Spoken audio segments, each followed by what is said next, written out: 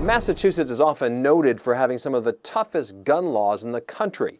We thought it might be informative to learn what that means in terms of becoming a licensed gun owner.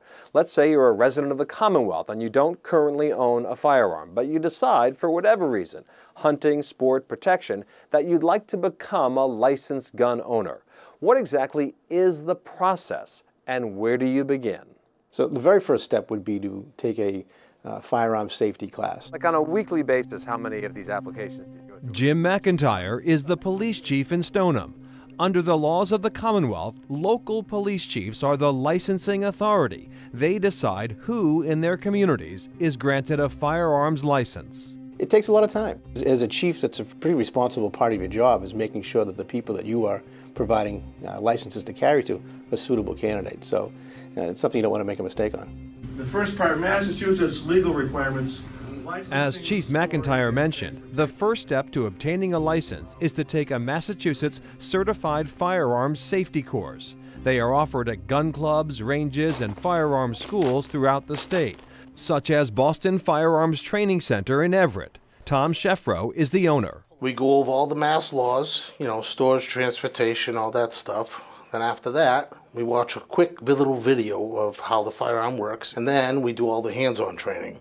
Everybody has to load, unload, decock a firearm. Those are the three most important things. Each course may be a bit different. Sheffro's course, for instance, includes live fire training. But all courses cover essential safety protocols for firearms.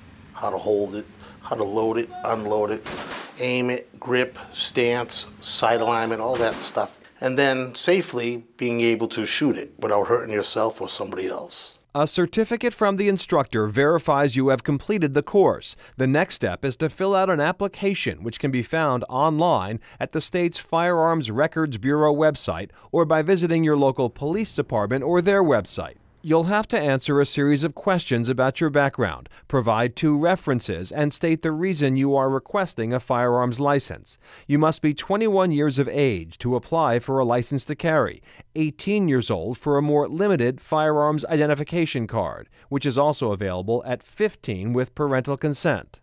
The complete application, safety certificate, and $100 fee can then be taken to your local police department. You'll be fingerprinted and photographed, and then the processing of your application begins. We do a criminal history check, which would look for criminal history, not just in Massachusetts, but across the United States. And they also do a mental health background check to see if you've been committed into the state system.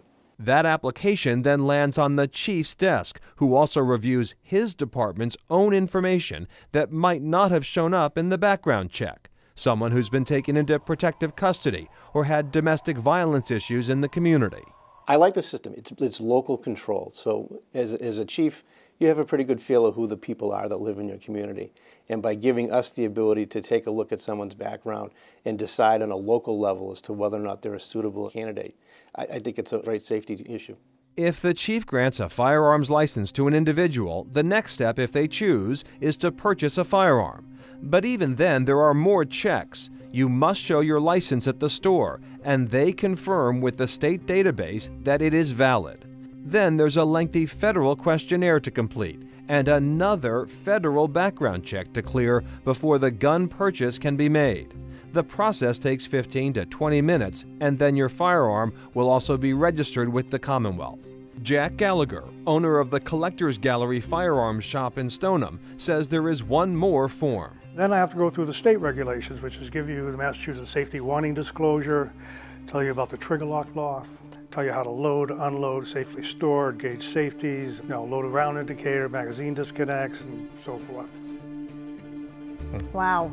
So there are a lot of steps in the process. How long does it take from start to finish? Right. Well, it depends a little bit on how busy your local police department is. In some areas and large urban police departments, you might have to wait weeks or even longer just to get the appointment with the police department. However, once your application is complete and it's been submitted, by law, you're supposed to have a response, yay or nay, within 40 days of that application being complete. That's fascinating. Should private citizens have the right to own military-style assault weapons? We get down to the key questions next. Is the problem easy access to guns or mental illness?